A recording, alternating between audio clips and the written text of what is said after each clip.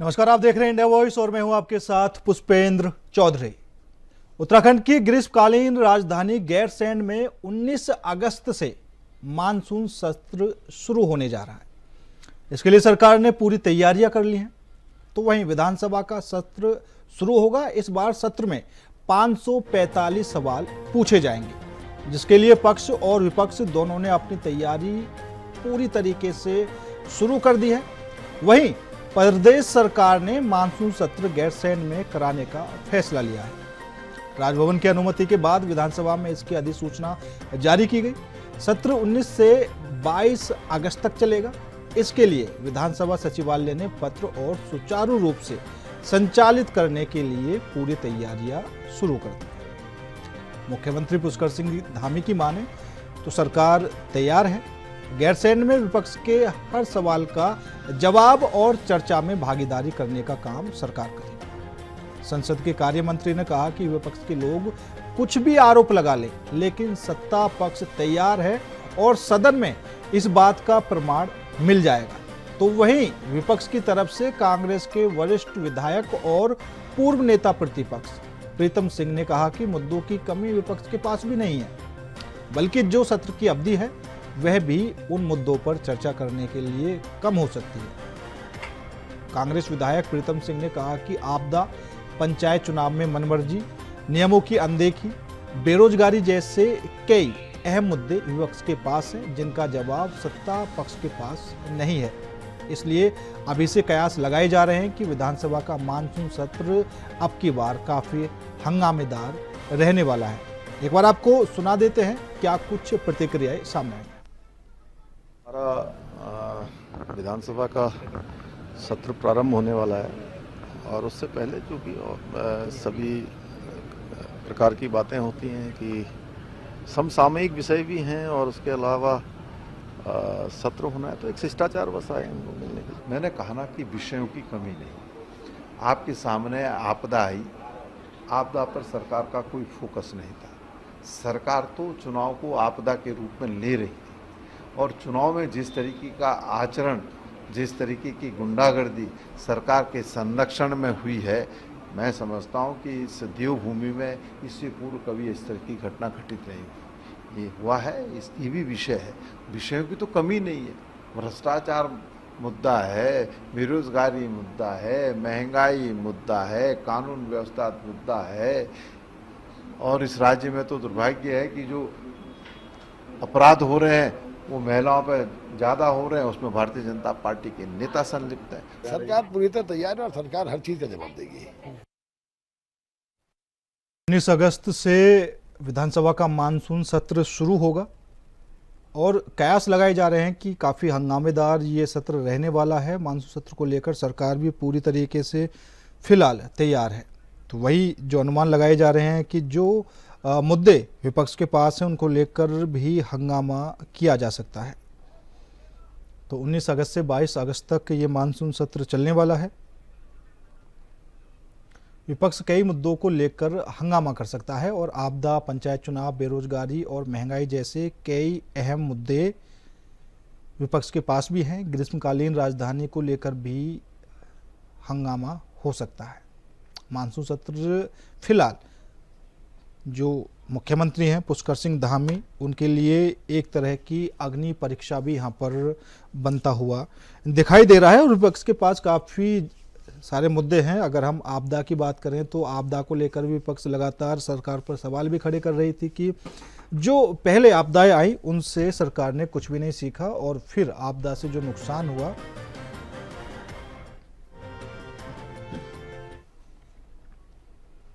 तो आज इस मुद्दे पर करेंगे चर्चा। चर्चा में शामिल होने के लिए हमारे साथ नवीन जोशी जी हैं कांग्रेस से, तो वहीं सुनीता विद्यार्थी जी हैं भारतीय जनता पार्टी से। दोनों ही मेहमानों का बहुत बहुत स्वागत है। सबसे पहले मैं नवीन जोशी जी आपके पास ही आना चाहूंगा, क्योंकि सरकार तो तैयार है ही मानसून सत्र को लेकर, आपके पास भी काफी मुद्दे हैं। क्योंकि अभी जो आपके विधायक थे वो भी साफ कहते हुए नजर आ रहे थे कि हमारे पास मुद्दों की कमी नहीं है। मुद्दे तो इतने हैं कि जितने दिन ये मानसून सत्र चलेगा वो दिन भी कम पड़ जाएंगे। तो क्या कुछ अब की बार उठाने वाले आप? कयास तो यही लगाए जा रहे हैं कि हंगामेदार हो सकता है।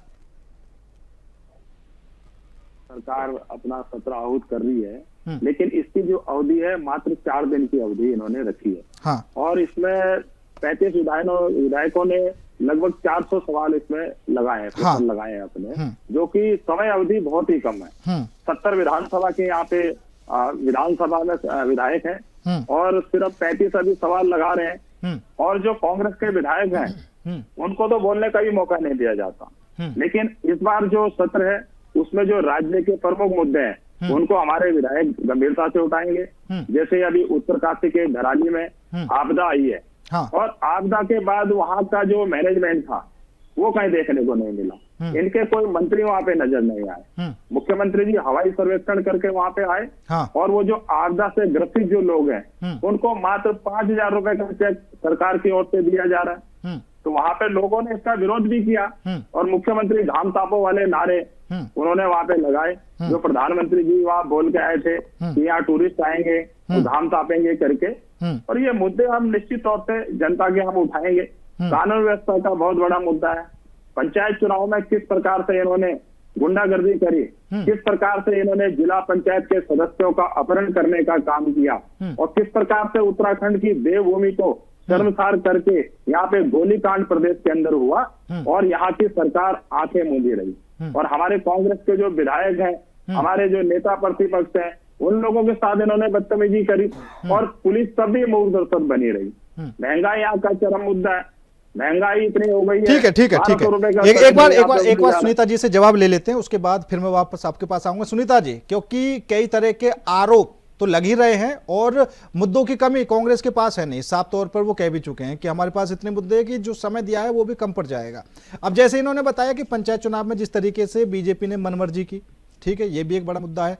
आपदा आपने देखी भी, आपदा में अभी आरोप लगा रहे हैं कि मुख्यमंत्री जी वहां पर हवाई सर्वेक्षण करके आ गए, लेकिन 5-5 हजार रुपए के चेक बांटे जा रहे हैं। जनता में तो इसी बात को लेकर गुस्सा है कि भैया 5,000 रुपए में क्या हो रहा है, आप किसी को और ज्यादा तकलीफ देने की कोशिश कर रहे हैं इस हिसाब से। प्लीज जी, यहाँ पर जो 5,000 की बात आपदाग्रस्त परिवारों को दिए जाने की बात कर रहे हैं, वो एक फौरी तौर पे व्यवस्था की गई थी। उसके बाद जो है तमाम सुविधाएं जो है सरकार की ओर से की जा रही है। उनकी रहने की व्यवस्था, खाने पीने की व्यवस्था, 5,000 तो खाली डेली नीड्स के लिए उनको फौरी तौर पर एक व्यवस्था हुई थी। ठीक है। लेकिन उसका मुद्दा बनाना कांग्रेस को बिल्कुल भी शोभा नहीं देता है, क्योंकि वो खुद लोगों के घर उजड़ गए और आप 5,000 रुपए दे रहे हैं। क्या क्या व्यवस्था आपने करी, आप बताइए ना जनता को। एक मिनट आप बताइए। नवीन जी प्लीज सुन लीजिए, सुन लीजिए थोड़ा। मैं समझ दूंगा आपको। नहीं, आप सुन लीजिए ना जोशी जी, इतना यही बात आपने सत्र में करनी है। सत्र में भी आपने ऐसे ही हल्ला करना है, थोड़ा सीरियस हो जाना चाहिए। आपको हल्ला लग रहा है, जनता के अहम मुद्दे हैं, लोग अपनी जान गंवा चुके हैं, अपना घर गंवा चुके हैं, लोग तो वहाँ पे प्रियजन खो थोड़ा चुके हैं। आपको तो होना हल्ला लग रहा है, शर्म आनी चाहिए भाजपा के नेताओं को। एक एक करके नवीन जी लेकिन प्लीज सुन पुष्पेंद्र लीजिए। जी, जैसे मैंने कहा कि आपदा की इन्होंने बात करी, फौरी तौर पे हमने आपदाग्रस्त परिवारों को सहायता मुहैया कराई थी डेली नीड्स के लिए। और लगातार जो ये कह रहे हैं कि माननीय मुख्यमंत्री जी जो है वहाँ पे हवाई दौरा करके आए, अरे कितने दिन वो वहाँ पे प्रवास में रहे, सभी लोगों से मिले, एक एक व्यक्ति जिन्होंने अपने परिवार के सदस्यों को खोया, उन एक एक व्यक्ति से वो मिलकर आए। जितने लोग वहाँ पे एज अ टूरिस्ट आए थे, जो लोग क्योंकि चुनाव हुए थे, कई लोग जो है खुशी में शामिल होने आए थे, कोई किसी का दुख बांटने आए थे, तो इस तरीके के जितने भी लोग और परिवार वहाँ थे, सभी से माननीय मुख्यमंत्री जी ने भेंट की है। हाँ, इनके करण महाराव को जरूर वहाँ की फोर्सेस ने जो है आधे रास्ते इसलिए वहाँ पे से भगाया क्योंकि वो आगे जाना ही नहीं चाहते थे, वहीं से राजनीति करना चाहते थे। तो जाने नहीं जाते, आपने देखा नहीं वीडियो में मेरा जी किस प्रकार से वहाँ पे पहुंचे। ये भारतीय जनता पार्टी के नेता वहाँ पहुंचने चाहिए थे, आपके मंत्रियों को वहाँ पहुंचना चाहिए था। कहाँ थे आपके मंत्री वहाँ पे, जो कांग्रेस के नेता वहाँ पहुंचे थे, आप उनको आरोप लगा रहे हैं। सुन लीजिए भाई, नहीं तो ऐसे गलत बात बोलेंगे कौन सुनेगा। करण मेरा वहाँ राजनीति नजर आ रही है, वहाँ लोग अपनी जान दे रहे हैं, आपको राजनीति नजर आ रही है। ये पहले डिसाइड कर लीजिए। क्वेश्चन ही दागते रहेंगे, आंसर नहीं लेने हैं आपको। सुन लीजिए, आप गलत बोलेंगे तो दूसरी मुझे बात बोलना आपने पड़ेगा। करी, आपने धाम तापों की बात करी। ऐसे संवेदनशील मुद्दों पर आप जुमलेबाजी कर रहे हैं। यहाँ पर धाम तापो योजना का जो लाभ है उसका जनता को लाभ मिलेगा, वो एक प्रकार से जनता को इमोशनल कनेक्ट करने के लिए माननीय प्रधानमंत्री जी ने की थी। आप ऐसे संवेदनशील आपदाओं के मुद्दों पर अवसर ढूंढ रहे हैं। ये इस तरीके की राजनीति मत कीजिए। नहीं, चलिए सुनीता जी, वो चीज ठीक है। बाकी अभी आपने कहा कि विधानसभा में चर्चा हो जाएगी, लेकिन अभी आरोप भी ये भी लगा रहे थे नवीन जी कि विधानसभा में तो जो कांग्रेस के विधायक हैं उनको बोलने नहीं दिया जाता। ठीक है। देखिए बोलना चाहते ही नहीं है, ये सिर्फ डिबेट में बोलते हैं पुष्पेंद्र जी। अच्छा। वहाँ ये आप देख लीजिएगा मानसून सत्र का जिस दिन प्रथम दिन होगा, अब आप देख लीजिए इनका कि उनके अभिभाषण के बाद इनका क्या रवैया रहेगा। ये तो सीढ़ियों पे ही बैठने वाले लोग हैं। ये तो शुक्र मनाओ कि अभी तक इन्होंने ये फरमान जारी नहीं किया कि गैरसैंण में ठंडा हो रहा है। आप सोचिए ना इनकी मानसिकता, ये जाना ही नहीं चाहते। हरीश रावत की जो राजनीति है वो पहाड़ी राजनीति नहीं है, गैरसैंण इनका मैदान में हो गया। क्योंकि ये इस तरीके की बेतुकी राजनीति करने लग गए हैं कि अब कभी लगता है कि कैसा। चलिए ठीक है नवीन जोशी जी, क्योंकि 4 दिन का समय है और ऐसे में जनहित के जितने भी मुद्दे हैं उनको उठाना कितना सफल आप इसमें हो पाएंगे, और 400 सवाल पहले से ही हैं, उसके लिए कितना समय सरकार दे सकती है सभी को? भैया अपने अपने जो सवाल है वो आप कर लीजिए, मुझे तो नहीं लगता।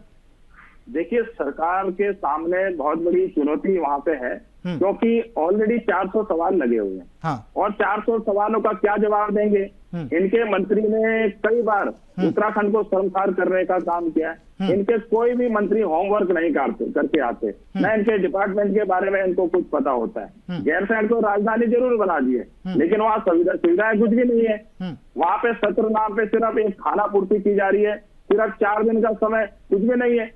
कांग्रेस के विधायक जो मुद्दे उठा के आएंगे, जिसमें हमारा ये कानून व्यवस्था हो गया, बेरोजगारी हो गया, पलायन हो गया, ये सारे मुद्दे, महिला अपराध हो गया, ये सारे मुद्दों पे तो चर्चा होगी ना। कांग्रेस के लोगों को आप बोलने दीजिए। ये तो सिर्फ 4 दिन का सत्र इन्होंने इसलिए रखा है कि ये अपने सवालों से बच सके। ये तो 4 दिन की जगह भी 2 दिन में भी सत्र खत्म कर देते हैं ये, जब इनको लगता है कि जनहित के मुद्दे जनता उठा रही है। वहाँ पे हमारे विधायक प्रमुखता से यहाँ के लोगों की आवाज को उठा रहे हैं, हम सारे मुद्दों को उठाएंगे। आप नहीं बोलने से कोई बात नहीं, लेकिन प्रदेश की जनता जानती है कि आज कितनी बड़ी विपदा प्रदेश के अंदर आ रही है और उन लोगों का क्या हो रहा है जो आपदा में अपने घर खो चुके हैं, अपने परिजन खो चुके हैं, अपना पूरा कारोबार खो चुके हैं। सरकार उनके लिए कुछ भी नहीं सोच रही है। इससे पहले भी टिहरी में आपदा आई, पिथौरागढ़ में आपदा आई, हर साल पूरे राज्य के अंदर आपदा आती है। बिल्कुल। लेकिन ये आपदा में अवसर खोजते हैं। हाँ, नवीन जी, मंत्री और इनके विधायक कोई भी लोगों की समाधान करने का काम नहीं करते। ये सिर्फ आपदा में अवसर ढूंढते हैं और सिर्फ राजनीति करते हैं। प्रदेश में वहाँ आपदा आ रखी है और महिला अपराध में उत्तराखंड पहले स्थान पर पहुंच रहा है।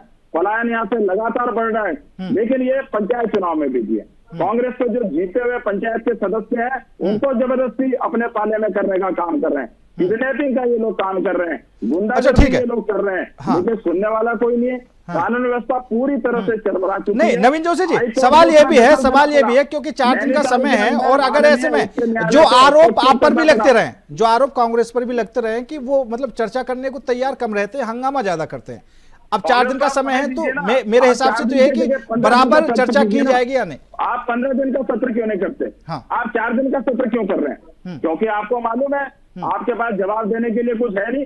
आप सिर्फ सत्र वहां पे आउट कर देते हैं, सिर्फ अपनी गुंडेबाजी आप वहां पे छोड़ देते हैं अपने। ठीक है नवीन जी, ठीक है। अच्छा सुनीता जी, सवाल ये भी है, ये नवीन जोशी जी का सवाल अच्छा है, ये जो सत्र है ये मात्र 4 दिन के लिए क्यों? देखिए ऐसा है, मानसून सत्र है और मानसून सत्र में जो अभी तो 4 दिन है, ये चाहे विपक्ष सहयोग करे तो उसको बढ़ा भी सकते हैं। ऐसा कोई हार्ड एंड फास्ट रूल नहीं है। नहीं, ये तो आपकी तरफ से स्थिति साफ होगी ना कि हम तो ये 4 दिन ही चर्चा करना चाहते हैं। तो 1 दिन का, 4 दिन का, ये 14 दिन भी करवा सकते हैं। अच्छा नहीं, आपको क्या लगता है कि ये जो मुद्दे हैं मात्र 4 दिन में सब निपट जाएंगे? सुनिए पुष्पेंद्र जी, इनके 400 क्वेश्चन है। 100 क्वेश्चन है इनकी बेरोजगारी के, 100 क्वेश्चन है इनके रोजगार के, महंगाई के, सॉरी, और 100 क्वेश्चन है इनके आपदा पर, 100 क्वेश्चन है इनके जो स्थानीय इनके मुद्दे हैं। अब आप सुन लीजिए, इनके 100 मुद्दों का जवाब मैंने आपदा का दे दिया, उस पर सत्र को चर्चा करने की कोई आवश्यकता नहीं। नंबर 2, 100 जो बेरोजगारी है, आज माननीय मुख्यमंत्री पुष्कर सिंह धामी जी के कार्यकाल में पिछले हमारी 7 साल में जो हमने नौकरियां दी, और अकेले धाकड़ धामी जी की सरकार ने 24,000 सरकारी नौकरियां जनता को समर्पित की है, जो इन्होंने अपने पूरे कार्यकाल में नहीं की कांग्रेस पार्टी ने। आप 2000 से लेके इनका कार्यकाल गिन लीजिए, अगर 14,000 नौकरियां भी गिनवा दें तो दूसरा 100 क्वेश्चन जो इनके थे रोजगार पर, इनको जवाब मिल गया, इसलिए सत्र में टाइम जाया ना करे। सुनीता विद्यार्थी दे देती है इसका जवाब। अब तीसरी आप ही मुख्यमंत्री बन जाइए ना, आप इतने जानकार हैं, इतने ज्ञाता है, तो आप ही बन जाइए मुख्यमंत्री को बता दीजिए। उस दिन बाकी सवाल तो हम बताएंगे ना सदन के अंदर हम लोग क्या क्या रखेंगे। टाइम जाया ना करें। आपने कहा महंगाई की बात, कहीं ओवर रेटिंग नहीं हो रही, कहीं कालाबाजारी नहीं हो रही, कहीं पे कुछ किसी प्रकार का जो है अन्यथा कोई चार्ज नहीं लिया जा रहा, उचित दामों पर जैसा हर राज्य में चीजें हैं उस तरीके से जो है उत्तराखंड में भी हो रहा है। आप बता दीजिए उत्तराखंड में कहीं कालाबाजारी हो रही हो, कहीं पे जो है मुनाफाखोरी हो रही हो, कहीं पे ओवर रेटिंग हो रही हो, सब चीजें सामान्य है। तो किस चीज की आपकी महंगाई हुई? और जो चीजें जो हमारी जो GDP है वो किस तरीके से ग्रो कर रही है ये अपने कार्यकाल में देखिए। इवन जो कांग्रेस शासित प्रदेश है वहां की GDP देख लीजिए और हमारी देख लीजिए, इनको रिजल्ट मिल जाएगा। तो अब रह गए जनता के मुद्दे जो 100 क्वेश्चन मिलते हैं। जैसे सुनीता जी हम अपराध की बात करें, NCRB की रिपोर्ट आई थी, मई तक की रिपोर्ट थी, उसमें काफी हद तक अपराध बढ़े थे। रखिए सुनीता जी जी, अगर अपराधों की बात करें हम, ठीक है, NCRB की रिपोर्ट आई थी और मई तक की रिपोर्ट उन्होंने दी थी, शायद 4000 से ऊपर तक इसी साल अपराध पहुंच गए थे, और अब तक कितने हो गए होंगे ये भी कुछ पता नहीं है अगर अपराधों की बात करें।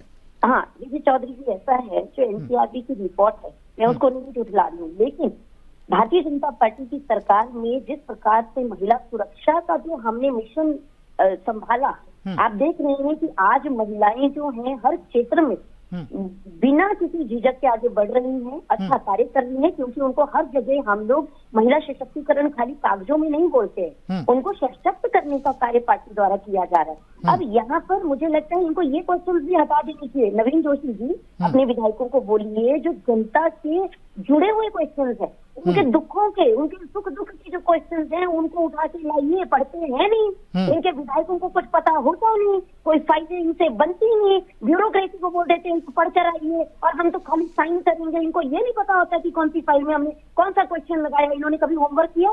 कभी ये सचिव विधानसभा की लाइब्रेरी में नजर आए इनके विधायक?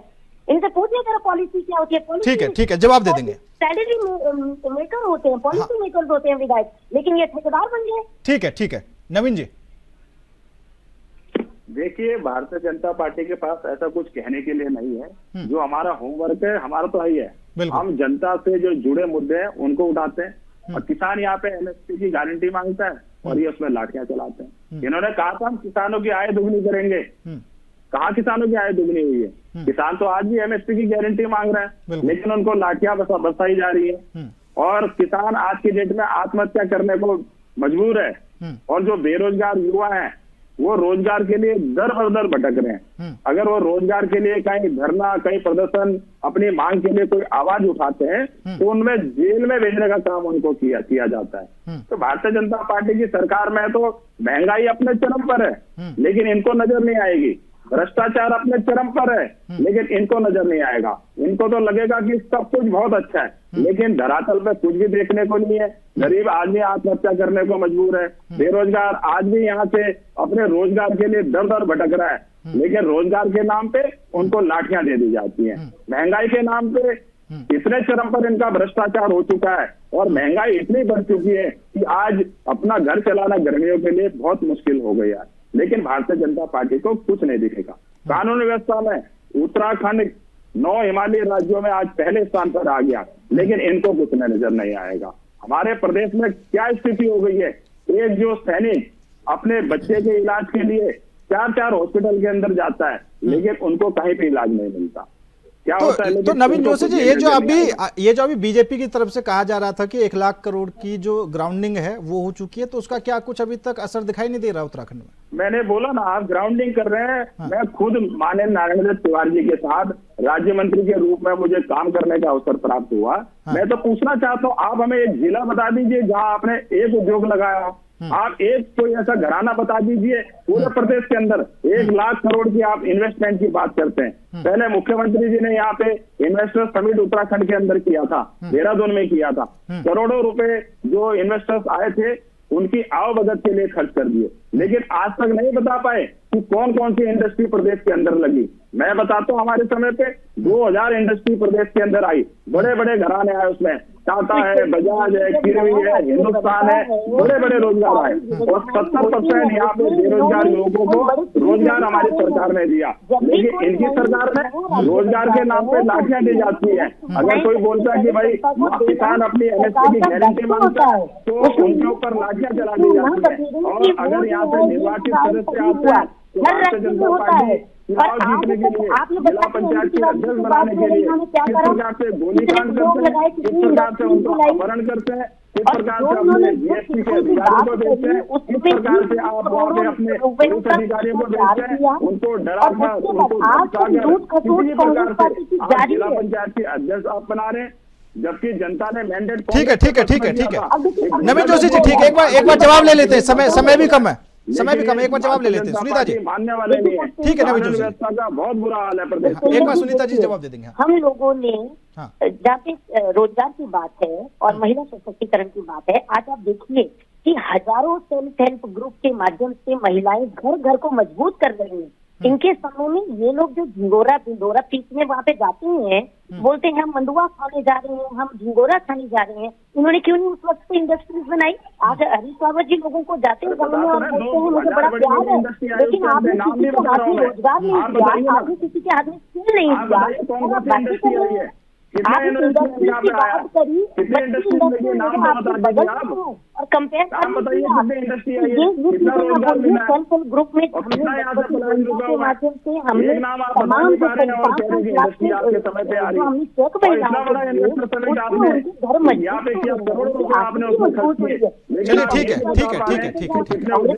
ठीक है, समय भी कम है। नवीन जोशी जी और सुनीता जी, आप दोनों मेहमानों का बहुत बहुत धन्यवाद मेरे साथ इस खास चर्चा में जुड़ने के लिए। लेकिन उत्तराखंड विधानसभा का जो मानसून सत्र है 19 अगस्त से शुरू होने वाला है और 22 अगस्त तक चलेगा। यहाँ पर सवाल ये भी उठ रहे हैं कि आखिर 4 दिन का ये सत्र क्यों रखा गया है। 400 सवाल पहले से ही जो विधायकों ने दिए हुए हैं, उसके अलावा जो विपक्ष के मुद्दे हैं, आपदा की बात करें, पंचायत चुनाव की बात करें या फिर बेरोजगारी, भ्रष्टाचार या महंगाई, ठीक है, कैसे कुछ चर्चा होगी, ये सभी विपक्ष अभी से सवाल खड़े करने भी शुरू कर चुका है। हालांकि आगे क्या कुछ होगा, किस तरीके से चर्चा होगी, क्या मानसून सत्र हंगामेदार रहने वाला है, ये भी एक बड़ी बात है, या फिर जो सवालों के जवाब मिलेंगे दोनों तरफ से एक अच्छे से शिष्टाचार तरीके से जो कार्रवाई वो होगी। फिलहाल मेरे साथ इस खास पेशकश में इतना ही। नमस्कार।